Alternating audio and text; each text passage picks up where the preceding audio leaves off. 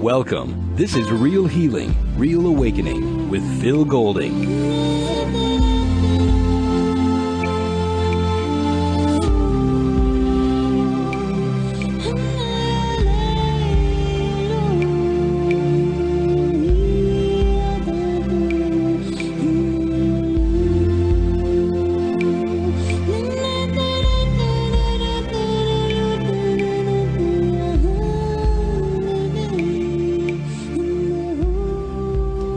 Welcome to Real Healing, Real Awakening. This episode is part 2 of Meditation, the Path to Conscious Awareness, and continues on from last week's episode, which was of course part 1 of this introductory study into meditation. And by the way, thank you for all the feedback that you have been giving me. It is gratifying to know that this show is inspiring you and bringing awareness and clarity into your life, lifting you into a consciousness that is able to take greater command of your everyday life. That is what real healing, real awakening is about: inspiration and transformation. I am endeavouring to offer you real answers to life's problems, real answers to the nature of human suffering, and to help lift you out of the limitations of your life and your own mind and its old programming, and to free you into your conscious awareness, where you have the power to choose with awareness in every moment of your life, with the help of real living principles of universal consciousness, that is, unconditional love and total personal responsibility. The total personal responsibility to love yourself unconditionally. Here you are as conscious awareness, recognizing yourself above and beyond your limited human body and its mind, which is always like a child, always vulnerable, always needing assistance and guidance. That guidance, that assistance, that power, that love, that awareness is within you. And you can continue to awaken that potential within you every day with a daily practice of self-awareness and self-care. You are the manager, the parent, the guardian of your mind and therefore your life. You do not have to wait around for somebody else to do that. We can care for one another. We can walk together on this journey of life. But as adults, we must learn to stand on our own 2 feet. We must learn to realize that the power to do that is within the heart of every one of us. No matter what's going on around you, no matter how other people behave, no matter what's going on in the economy, how the government is setting its policies, or whether you have a job or don't have a job, have a relationship or don't have a relationship, have children or don't have children, or whether you have good physical health or not. All these things are the conditions of life. Regardless of what those conditions are, what I'm here to teach you is that you can set the conditions within yourself. You can create an environment within your own mind that is stable, that is peaceful, that is flowing with the love direct from the universal life force of unconditional love itself. Even if our ability to create this wonderful inner sanctum is far from perfect, even if we forget, that sanctuary nevertheless is there to return to. We have the awareness that it is possible to lift our own self up into our own inner sanctum, independent of whatever is going on around us. And from this consciously created mind space of calm abiding, we are in a great position to be able to make excellent choices for our life on a daily basis. Instead of blindly reacting due to being controlled by old programming from the past that has nothing to do with the now, we are able to stop, feel, be present, aware, and assess what is most appropriate to do in this moment. We can act rather than blindly react. And we can act with the guidance of those marvellous principles of unconditional love, total personal responsibility. And with this, we can create a wonderful future for ourselves. And not only that, be a wonderful influence to all those around us.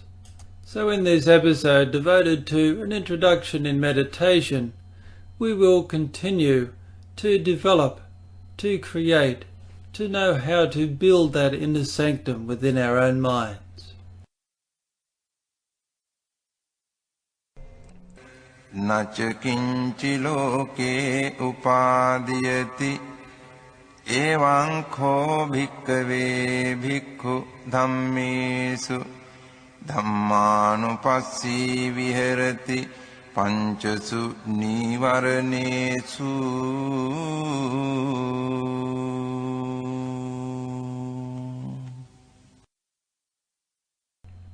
So last week we had a bit of a look at the life of Buddha and some of his marvellous insights regarding his Four Noble Truths. And then using those insights, we looked at some basic techniques for beginning a meditation practice. So I will start off with another look at the Four Noble Truths, and then we will move into a stage-by-stage meditation practice that you can continue to practice yourself in order to build that inner sanctum within your own mind. I want to take another look at Buddha's Four Noble Truths because these insights are so important as a part of those eternal principles of unconditional love and total personal responsibility. They are there to deconstruct the ego, deconstruct all the illusions, confusions, limitations in the human mind. And because of that, really comprehending them, really being able to grasp them at a real depth is very, very difficult because it runs up against those confusions. It takes quite a while to filter this information through, to allow it to really move into the heart and to see how, instead of threatening our ego, they can set our conscious awareness free. They can empower us rather than threaten our day-to-day ego grasping of security in the material world. The ego thinks it's going to somehow miss out if it lets these principles in. The ego thinks it's going to somehow miss out on a relationship or material abundance in some way. But the opposite is the truth. All that is let go of is that which does not work, is that which creates suffering, complication and hardship, pain in our human life. Buddha's Four Noble Truths are the reality of suffering, the nature or cause of suffering, the answer to overcoming suffering, and the path of overcoming suffering, which is the Noble Eightfold Path. So Buddha revealed that the reality of suffering is inherent in the impermanence of the physical world. There is nothing in the physical world that remains. Everything comes, everything will eventually go. Everything crumbles away. Our individual bodies inevitably lose their youth, grow old and die. Institutions come and go. Even cultures come and go. Even races come and go. Even look at the nature of your own mind. Who you thought you were 10 years ago may be quite different to who you are now. You can see in your own life, human beings are always in a state of flux, always changing, always evolving. Relationships are always changing and evolving. Look inside your own mind. You'll notice that thoughts are continually coming and going, coming and going, coming and going, like an endless stream. And attached to those thoughts are a myriad of emotional responses and reactions, coming and going, all like clouds passing in the sky. Everything is in a state of movement, arising and passing. Now Buddha is not trying to be pessimistic here. He is just simply stating what is. Then Buddha went on to reveal that the cause of suffering is trying to hang on to what is impermanent. Now it is easy to dismiss the profound importance of this insight, particularly in our Western complacency. In order to free ourselves from the illusions of the mind and the suffering that it keeps us trapped into, it is very important to look deeply into these insights. Look around you, observe throughout the day at the way we hang on to things, the way we try to grasp our fear of losing, our fear of letting go of material things, even our body, even our relationships, how we try to control in a fear-based way, and what happens, what are the results of that. I mentioned the stock market in the previous program. Whilst I am laying down this program, the world is going through a financial crisis. Stock markets are crashing all over the world. Here is a perfect example of what Buddha was talking about. What has caused this calamity? Well, listen to the experts. They are saying that greed has caused this calamity. Companies and their executives, given too much free rein to behave irresponsibly, have attempted to make quick profits in a short-term way, regardless of the long-term consequences. So what could be driving this sort of behaviour, which reflects so much of what goes wrong in our society? Behind this behaviour is fear of not having, which causes us to grasp at, to grab at things, to hoard, to take more than our share. Notice that even though these executives have failed in their duty, they have not paid on a financial level. Even though so many thousands of people have suffered financially, they have walked away with enormous paychecks. This grasping is what Buddha called attachment. We are trying to gain satisfaction through something that is inherently unsatisfactory. There is no ultimate fulfillment in any of these pursuits. So many people have based their financial and emotional security on savings that have disappeared, often overnight, through this debacle.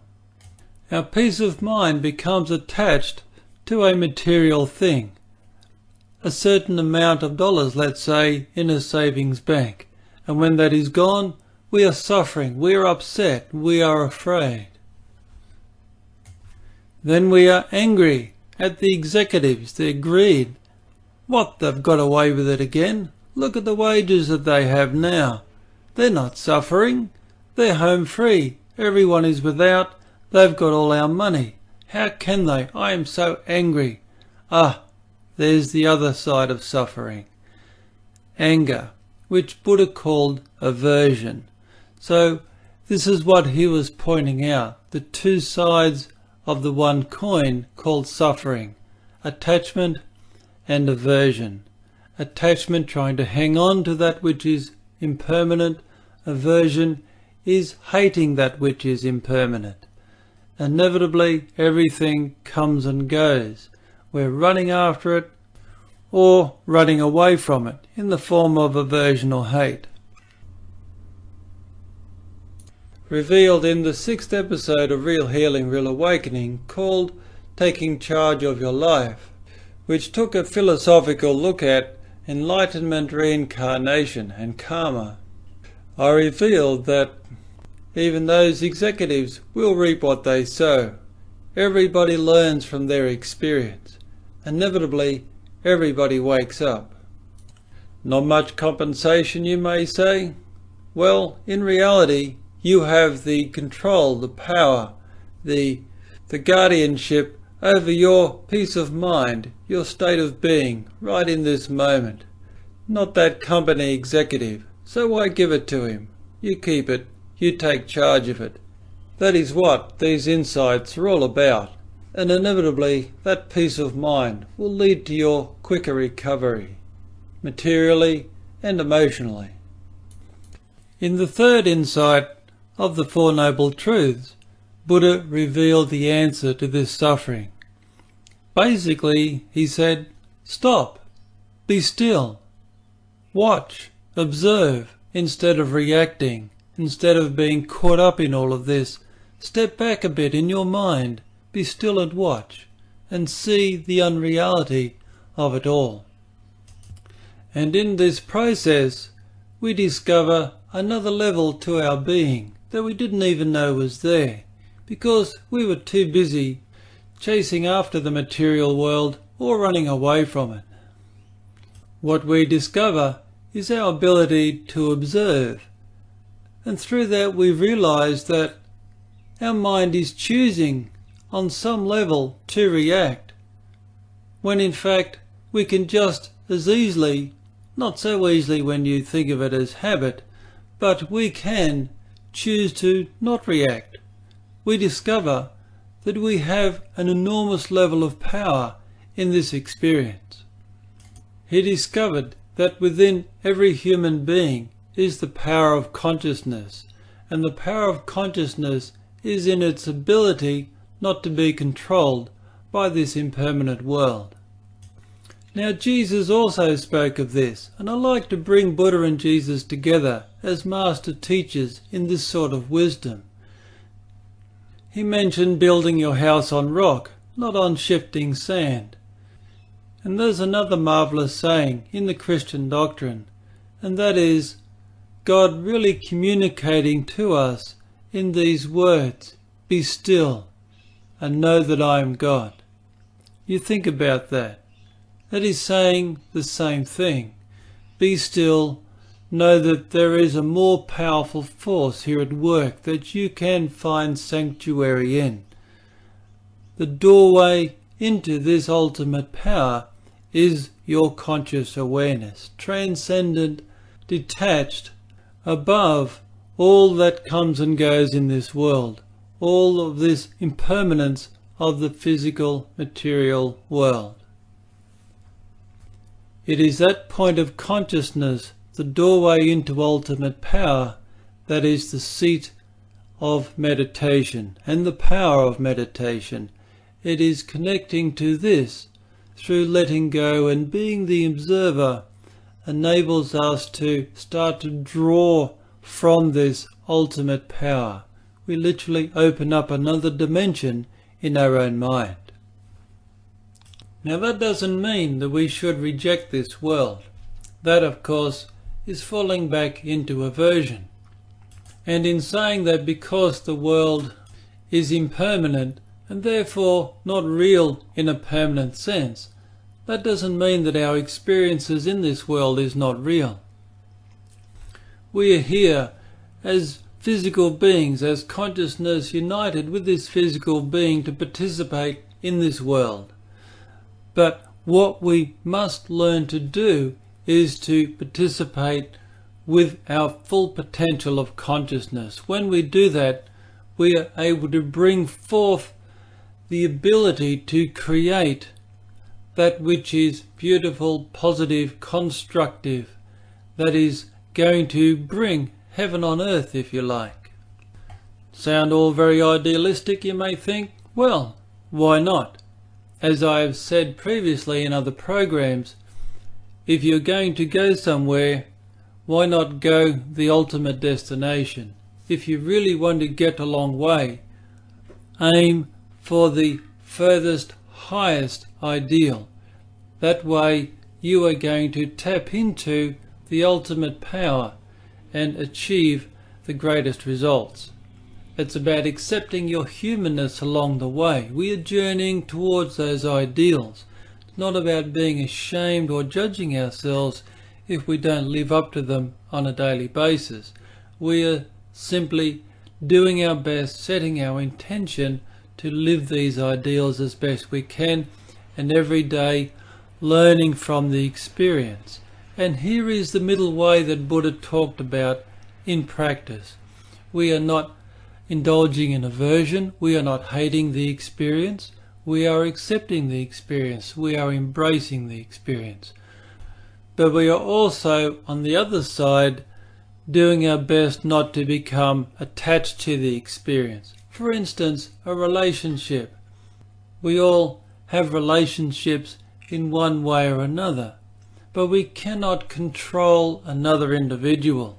Another individual has a free will, a mind of their own, just like yours. You don't like to be controlled, but yet we try to control another person. What is the result? Conflict, suffering. Let go. Allow them to be their own self. Whoa, that's scary. They might do something I don't want them to do. See how we are being caught up in the confusions of our mind once again. We are giving them the power of our happiness. You take care of my happiness. I'm dependent totally on what you do or don't do. They're suffering. They're no more an enlightened human being than you are. How can you take that load for them? You're expecting them to do that for you. See how we get caught up in our mind's confusions. We're not really looking at it because we're not in our observer self. We're not in our consciousness, seeing how this little child of mine gets itself all tangled up. So we let go and we come back to the stillness. And it is in this stillness that we transcend this confusion. As the great Swiss psychiatrist Carl Jung stated, a problem cannot be solved unless we approach it from a higher state of consciousness. And you can refer to that beautiful book written by Wayne Dyer. There's a spiritual solution for every problem.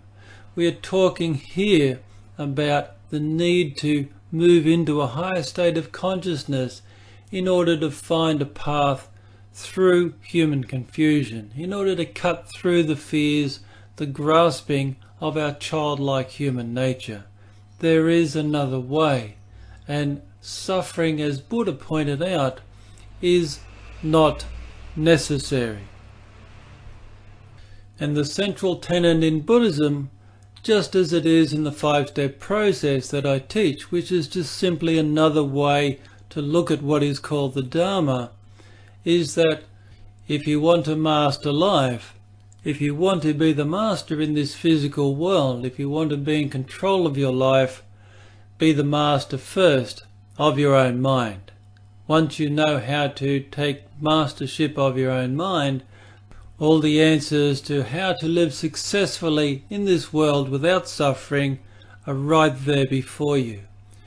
The Dalai Lama reflects this knowing when he says, if you want to bring the greatest benefit to humanity, enlighten yourself first. When you do this, you are in a position to then respond consciously in a way that is going to be for the highest good of everyone, including yourself. So there is a way to work with this world of impermanence that is successful, powerful, and fulfilling. And the power of that is inherent in all of us, and it is in our conscious awareness, and that is revealed particularly through the practice of meditation. So let's get into this practice of meditation. Samudaya dhammanupassīvā dhammesu viharati Vaya dhammanupassīvā dhammesu viharati Samudaya vaya dhammanupassīvā dhammesu viharati.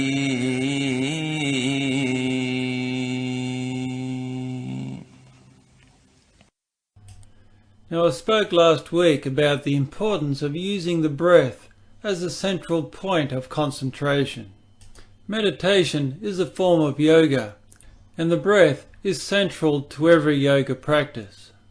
Now, there are metaphysical reasons why this is so important, but I won't go into that here now. What is important here is to know that the breath keeps us connected to the now moment. The breath is part of the body. The body is always here now. But the mind can be anywhere, anywhen.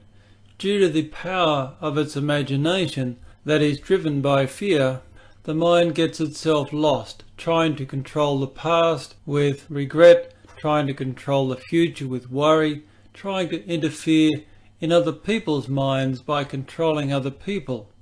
Back to attachment and aversion. So we need a mechanism that enables us to pull free of this torrent of mind. And so we use the body like an anchor to put it into the ground of consciousness, which enables us to be still as the mind is continually floating on by. We can observe this mind and its content, whilst knowing that we are the observer, still present in supreme consciousness, the potential of that universal life force of pure conscious power. But we also learnt last week not to expect ourselves to be brilliant in this practice of meditation. In fact, expect yourself to be really bad at it.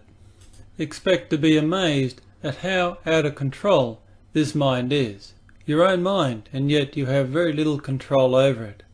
This raging torrent of mind is going to come flooding into your consciousness and sweep you away in a matter of seconds.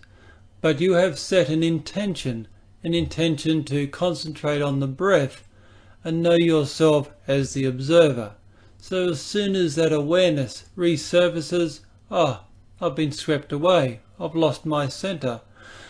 Take another breath. Bring yourself back to focus.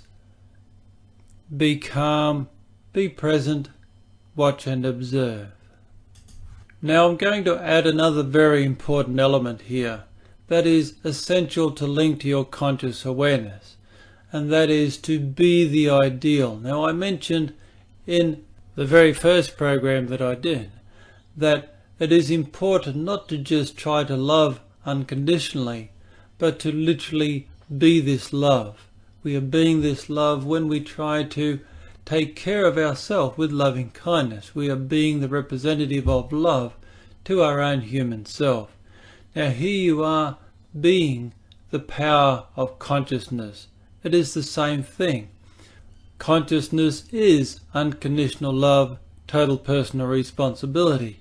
Doesn't mean you have that level of clarity, but at least you have the intention.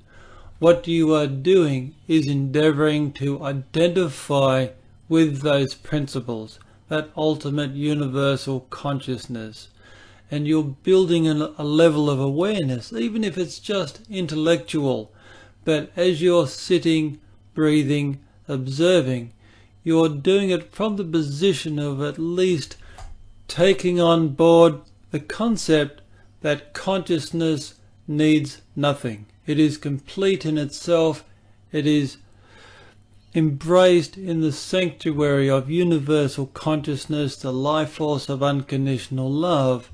And so you are in that position untouched, transparent, like pure spirit, literally pure spirit, undying, unable to be destroyed or hurt in any way. You are, in fact, that which is permanent. That is what consciousness is. That is the power of consciousness. It is that which is permanent in the human experience. And so from this permanence you can observe all that is impermanent, starting with, in particular, your mind, because you can access the entire experience of your life through your mind, because it all comes through your mind. So when you observe your mind, you're in a way, in a fundamental, extremely important way, in touch with everything. So here you are breathing, and I encourage you to do this as I'm talking. Breathing a nice, deep, slow, open breath. That is open, allowing, accepting, not hanging on to anything, not even your own lower mind and its aversions and attachments, the ego in other words. Watch it. Do not judge it. Do not condemn your humanness. Do not condemn your confusions.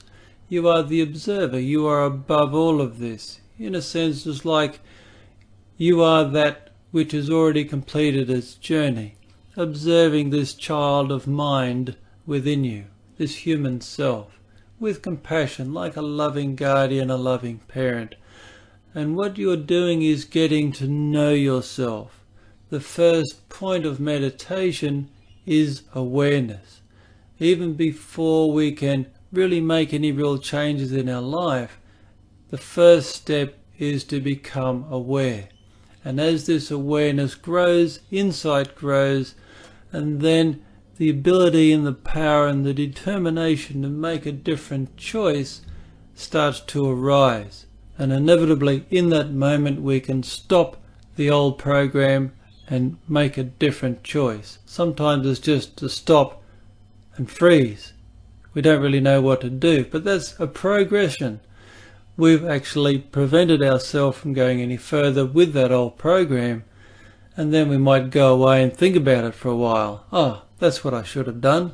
Now this happens over and over again. That is part of the ongoing evolution of our awareness and our ability to act differently. It won't come if we're not paying attention and building our conscious awareness. We won't start to gain an insight as to how to respond differently to a particular situation. So we are breathing deeply, slowly, staying present with observing the breath as it flows in, as it flows out, the pause at the top of the breath, the pause at the bottom of the breath.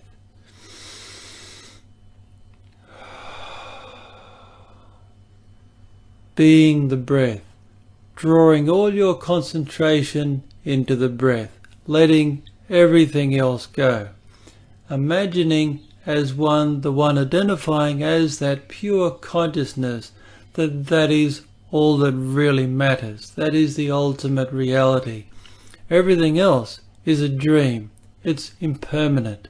On this level, that is what they mean by this world is a dream. It comes and goes. Watch it. If you watch a thought with all those emotions attached to it, just like that dog barking outside, it will inevitably move on. It will inevitably pass. Everything that arises passes again. So if we don't get caught up in that thought and that emotion, simply observe, keep breathing, not resist it, not try to control it, but to open and allow it all to flow through us. Every emotion is fine to run through our mind. Our mind can handle that. Every thought, when we look at it with that conscious awareness and with our growing awareness of the ideals, the principles of unconditional love and total personal responsibility, any thought that is not in alignment with that will start to crumble. Its foundations will start to crumble. It's like turning a light on in a dark room. The darkness is just swept away. And just like our troublesome thoughts, that yappy dog has now moved on, as it will inevitably do. So that is basic meditation. Breathing. Observe all that is flowing through that field of awareness that we've created by focusing on the breath. It's like we've slowed our mind down with the rhythm of that breath. We're controlling the breath, which starts to control the body, its primal mechanisms of fight or flight, and then the old programs that have been attached to that. Everything slows down and this space starts to open up. Let go of everything. What am I doing? I'm sitting. I'm breathing. Nothing else is occurring. I do not have to do anything else. I don't have to live up to anything or prove anything or convince anybody. I'm simply here, sitting, breathing, observing the contents of my mind from a distance. You are not your mind, you are not your body. You are pure conscious awareness. This is the real you. So be identified as that. See the body as somebody else. See your mind as somebody else for a while. Not out of aversion, not trying to escape or run away, but to pull away so you can simply observe without reacting and watching how every thought and emotion arises and passes. A fear-based thought and the emotion that it generates is like a spark of fire. If you fan that fire by reacting to it, by believing in it, by thinking that aversion and attachment is based in truth, then it's like you are fanning that flame. it'll start to catch on to other things. It will start to look for other things to be fearful about. And before long, you've got this raging fire inside, consuming your peace of mind. So this is what we're doing. We're stepping back and we're not feeding those flames. We're not giving it any fuel. And the flame will just simply die out. And then another thought arises, the same thing. We are removing the power, the ego, from the mix. We are removing the fuel from the fire of this ego mind. We are centered in the truth of consciousness, which is the knowing that the only thing that is real is unconditional love, and the total personal responsibility to care for this human self, this human mind, which gets itself caught up in attachment and aversion, and therefore becomes disturbed, becomes unbalanced, is what the love is about. We're a parent to this child. We're not the child. It's important to shift your identification in this way to that higher self. That is you, the observer of this mind and body. You will even observe that many bodily conditions arise and pass if you let them. If you've got a headache, don't take a pill. Instead, sit down and observe that headache. Stop resisting it. Stop fighting it. Stop being afraid of it. Open. Embrace it if you like. Not so much, oh, I love having a headache. It's about accepting it, allowing it to flow through you. Open up. Imagine that, headache, it is simply a sensation. Oh, this is interesting. This is fascinating. I'm just going to sit with it and offer it my presence, my openness, this warmth inside that I'm just simply going to flow through this feeling, this sensation as I'm breathing and being with it, and harmonizing with this headache as simply an interesting sensation, an interesting experience. And before you know it, oh, hang on, what headache? Oh, that's interesting, it's disappeared. Many of these things are caused by mental tension. And when you let go of the resistance, the tightness, they disappear. Of course, if the headache persists, or it keeps coming back, I suggest you get it checked out. Chronic backache, for instance, or chronic pain that people suffer, there's training that is often done with people that enables them to cope with that pain. And most of the pain, or at least a large percentage of that pain, people discover is their resistance to it, their fear of it. They're sort of internally arguing with it and tightening up, and this adds to that pain. This is an analogy for so much that goes on in life. Let go. Allow it to flow through you. Just imagine that the breath is this beautiful flowing river. Just drop everything into that river and let it flow right through you, right through your heart. Your heart is like this field of awareness that is being created by the breath that you are focusing on. You're pulling yourself out of that flow, but this flow is coming through you now. Your consciousness is embracing it, not being swept away by it, but instead bigger than it. Your consciousness is growing and becoming the most powerful thing, like a great ocean of awareness. And the mind is getting reduced to like this trickle, no longer the raging torrent, but a trickle entering into this great calm abiding of an ocean of awareness, of consciousness.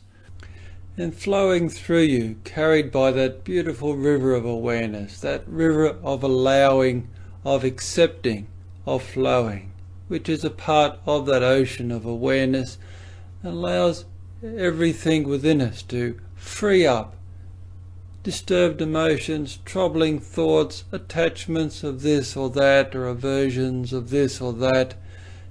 Let's just accept it. Let it flow on through us. Let it all go and just get swept along in this river as it flows out. And the conscious awareness that is that great ocean of presence, of stillness within us, grows, expands, and we drop deeper and deeper into that stillness, to be suddenly swept away again by this raging torrent of a mind that suddenly expanded from that little trickle, but then back into the breath. Ah, yes, that's right. I am not this mind. I am not this body. I am pure conscious awareness, still and calm.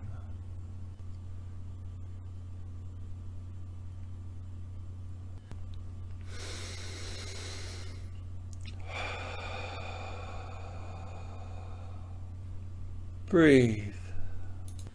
Feel, listen, observe through the breath, letting everything go, letting it all flow through you. You're not objecting to anything, you're not rejecting it, condemning it, even as the lower mind and your ego is rejecting or getting caught up in the conversations, what we do in our head. We can observe that. Don't be hassled by that. The mind is just going to keep on with its old programs. Let it. Be in harmony with it. You're simply the parent watching the child. You're getting to know yourself. Don't judge. Simply focus on being the breath instead. Accept, allow it to flow through you. You are more than this. And this greater self inevitably is going to start to have an influence on this lower part of your being. So I encourage you therefore to go back and re-listen to that description of meditation. Contemplate on it with your eyes closed, breathing, dropping into being that meditator, being that conscious awareness. And do that as many times as you can during the day. So practice this as often as you can. Even if it's just 5 or 10 minutes at a time, or even a single breath. When you're in the middle of your day, in the middle of your work, and you're feeling yourself all tense, stop. I am the observer of this experience. I can pull back, let go, embrace my humanness.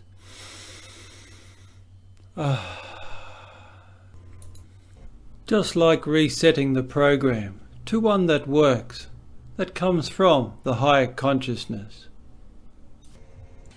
Etena saccavajjena sottite hotu sabbada.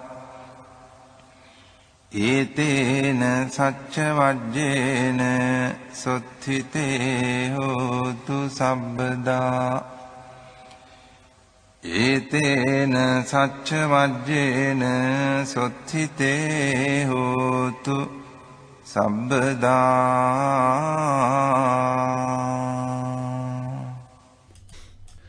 I'm now going to offer you another simple meditation practice, and this is called relaxation meditation. The previous one you can just call it concentration meditation, or insight meditation is another way of looking at it. The insight is the awareness that you're gaining from that experience. The concentration is your focus on the breath, trying to pull yourself into a single point. Now the purpose of relaxation meditation is to bring calm to your mind, to heal your nervous system, and also to bring rejuvenation to your body. It is about letting go of all the tensions and the worries of the day, about letting go of all the confusions, the busyness, the rat race of the mind, slipping out of this physical impermanent world. As I have mentioned before, this is not an exercise in rejecting the world, that's indulging in aversion. But it is like having a break, a little mini holiday. And whilst we're on that holiday, we're immersing ourselves in this beautiful healing bath of universal consciousness.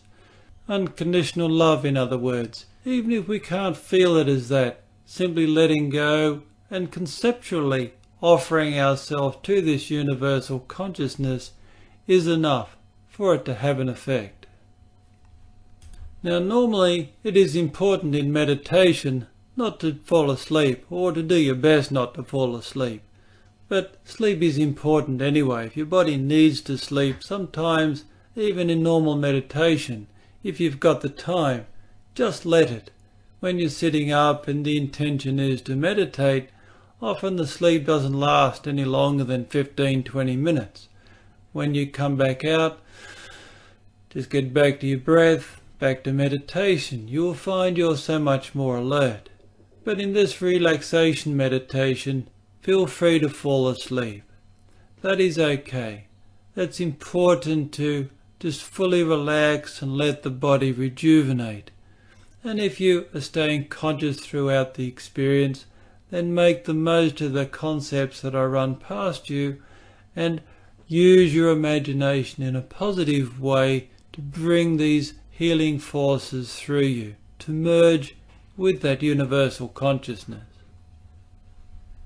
Also, normally in meditation I would suggest to sit up, to aid in conscious awareness, in being alert, in being the observer. But in relaxation meditation, I encourage you to lie down. And not just lie down, but to lie down and stretch your arms out, just like you're floating in a beautiful tranquil ocean, being supported by this ocean, embraced by this beautiful ocean of consciousness that you are giving yourself to. Imagine that your mind is like a bubble, created by its busyness, its attachments and aversions, and this bubble is surrounding your consciousness, preventing you from having an expanded level of awareness that we are trying to achieve. So therefore, what meditation is doing is weakening, dissolving, punching holes in this bubble.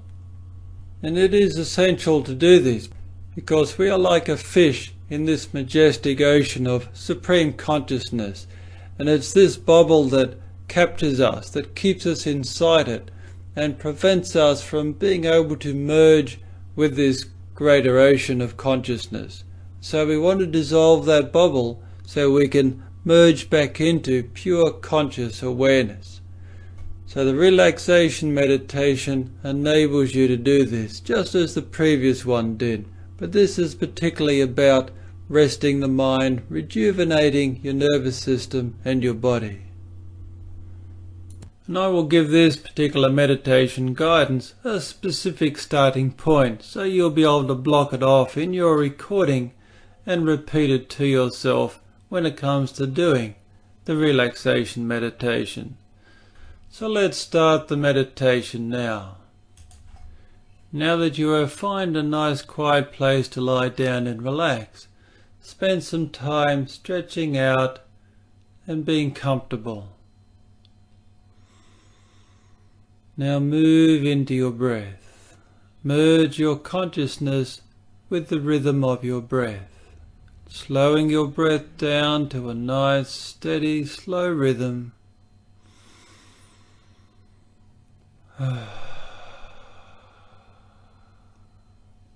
Let the breath be open, like that beautiful flowing open river, slow flowing river, cleansing, healing, pure, refreshing, rejuvenating river, flowing right through you, body, mind, on every level, open, flowing, conscious breath.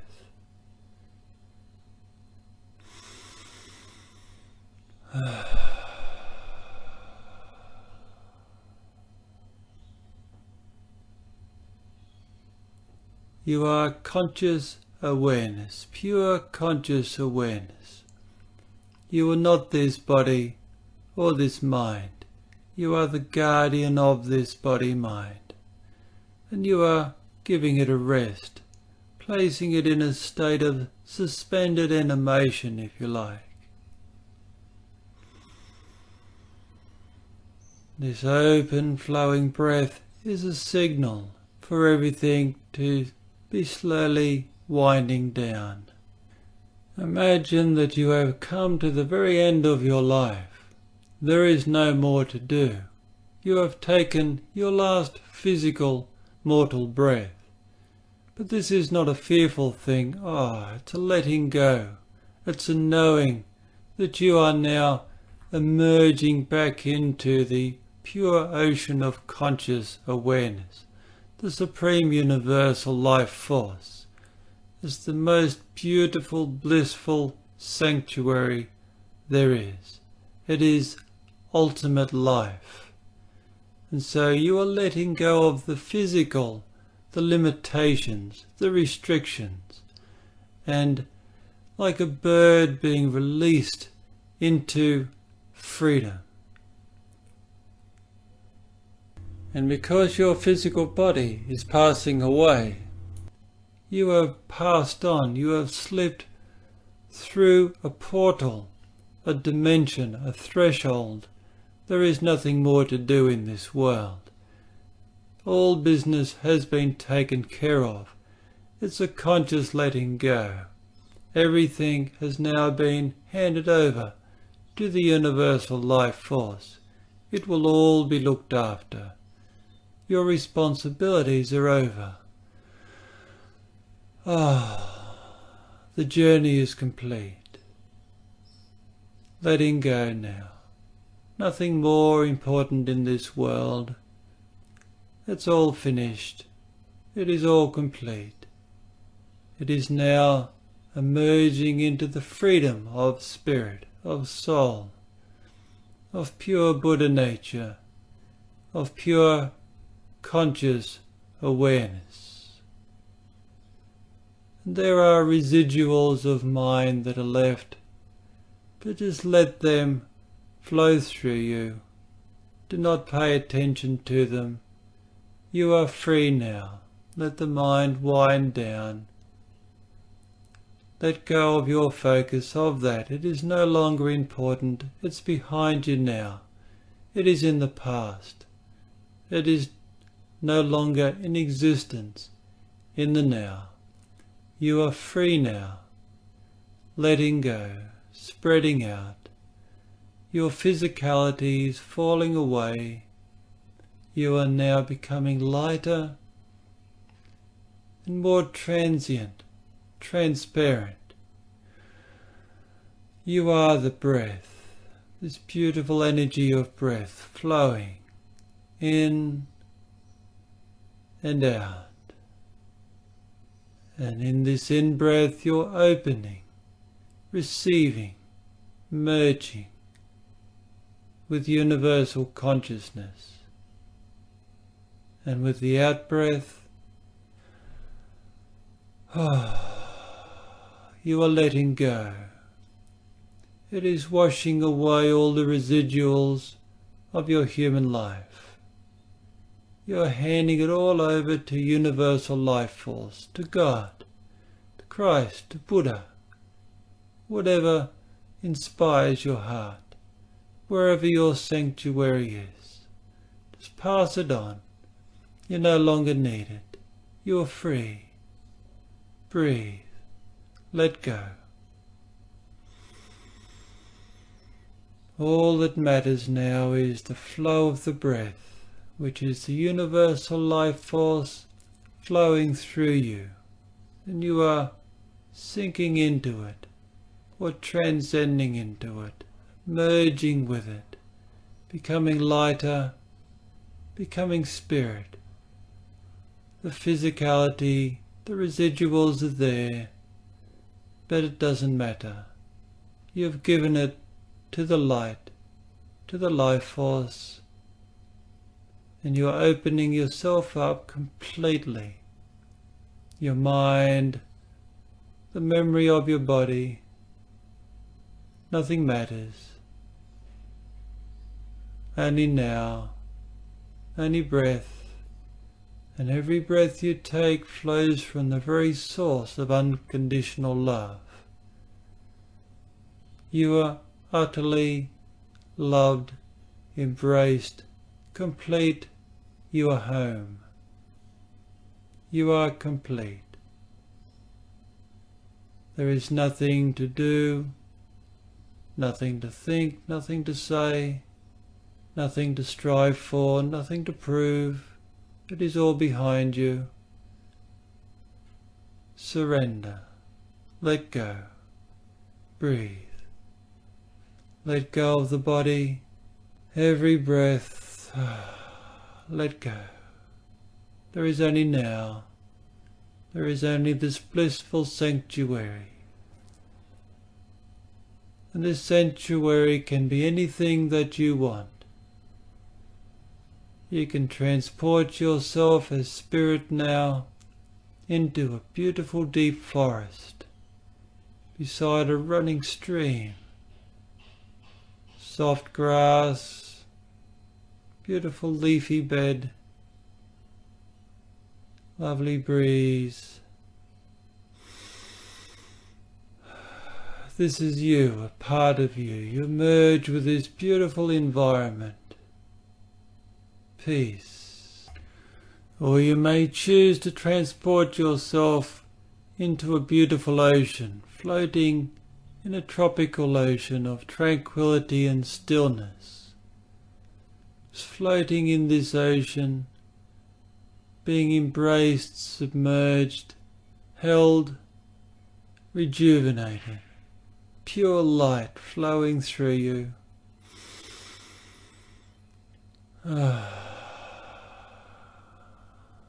There is nothing but you and the life force of pure love, of complete acceptance, of absolute beingness. Let this ocean of light, this ocean of bliss, flow through you as it will. It is natural, easy.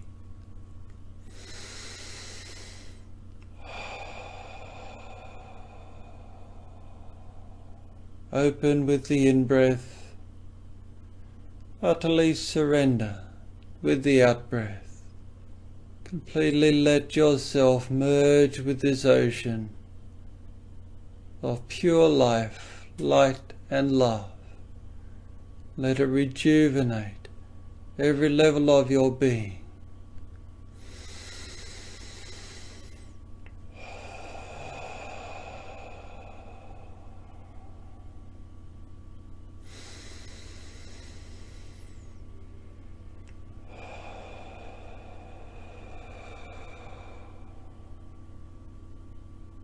This is the true state of your consciousness, free of the mind and the body, totally free, completely one with Supreme Consciousness, one with life, light and love. There is nothing other than this, and you are that.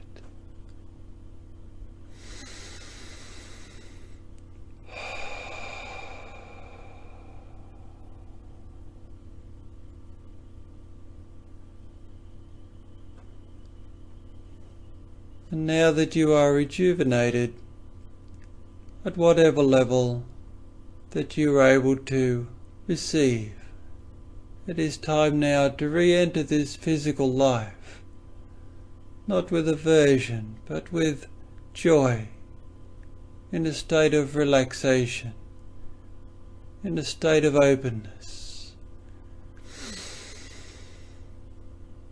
Embrace this body now as it's emerging back into your consciousness, back into your awareness. Gently stretch this body. Gently embrace this mind. Your consciousness is this vast ocean of bliss, ocean of light, life and love. Embracing this little body mind within its greater being.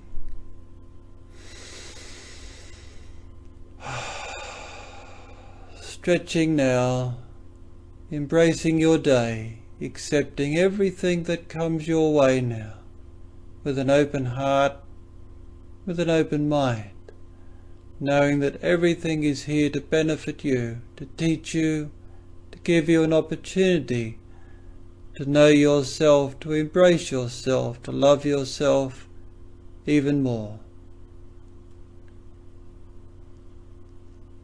You are the one who is in command of your life, and you are that supreme consciousness flowing through you as you are endeavouring to be unconditional love to your human self and radiate this to all beings, to all who you meet in your daily life. And whenever the mind creates turbulence, sweeps you off your centre, breathe back to awareness, back to the stillness, back to the sanctuary, resetting the program of consciousness, of supreme unconditional love and total personal responsibility, back in the now, back in command, as many times in the day as necessary, and it will become the new you, the new habit, the new program that is you, that is your life, and your future is now yours to create. That brings to a close this episode of Real Healing, Real Awakening. In case you were wondering what the chants were during the short breaks in between segments, it is from the Maha Satipatthana Sutta, which is one of Buddha's teachings which has been preserved over the centuries. In fact, chanting the teachings or suttas in this way was how they were first recorded for about 300 years until they were finally laid down in written form. Even though it is recited in a different language, it has that beautiful, haunting, soothing feel to it. It reminds me of the Gregorian chants of the Christian tradition. This chant was recited by Venerable Amapul Sabathar Thero. Hopefully I got that right. Please join me next week for more of Real Healing, Real Awakening. And feel free to email me any questions that you may have. I would love to address them in the show. And visit my website. There is a wealth of information there in the Philosophy School section. Go to www.innerharmony.com.au. That's A for Alpha and U for Ulysses, which is the Australian designation. Be a guardian angel to your own self, and love will always warm your heart, because wisdom is intelligent love in action.